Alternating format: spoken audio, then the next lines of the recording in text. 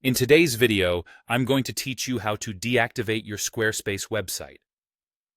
Deactivating a website might seem a bit daunting at first, but with the right guidance, it can actually be a straightforward process. Whether you are streamlining your online presence or simply taking a break from your current website, I'm here to walk you through each step clearly and effectively, ensuring a smooth experience. To start, you'll want to navigate to the Squarespace website. Open up your preferred web browser and type in squarespace.com into the address bar. Once the page loads, you'll find yourself on the home page. Right there, look for and click on the Get Started button, or, if you're already familiar, log into your existing account.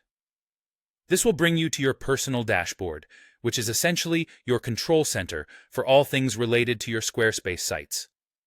Once you've successfully accessed your dashboard, your next step is to locate and click on Settings. You'll typically find this on the left-hand side of the screen, housed within a vertical sidebar menu. Clicking Settings opens up a variety of options, one of which you'll soon explore further. Now, direct your attention to the Billing section nestled within the settings. A simple click here will expand the options available, leading you to the Subscription tab.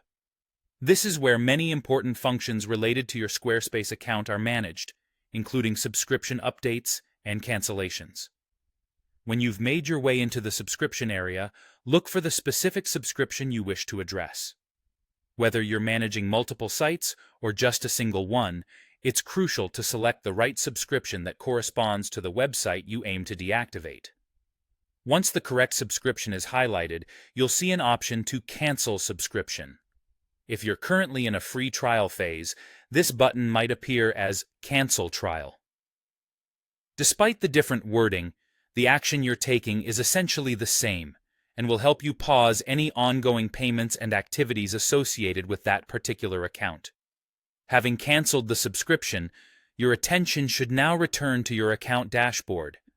It's time to make the final move by selecting the specific website you wish to deactivate.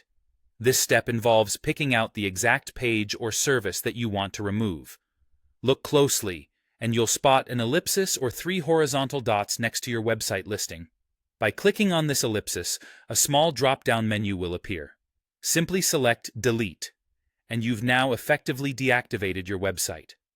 Remember that while the site is deactivated, data is usually stored temporarily, giving you a chance to recover if you change your mind later. And there you have it, a step-by-step guide to deactivating your Squarespace website. I hope this instructional video has made the process clearer and easier for you. Thank you for joining me, and feel free to revisit this guide whenever you need.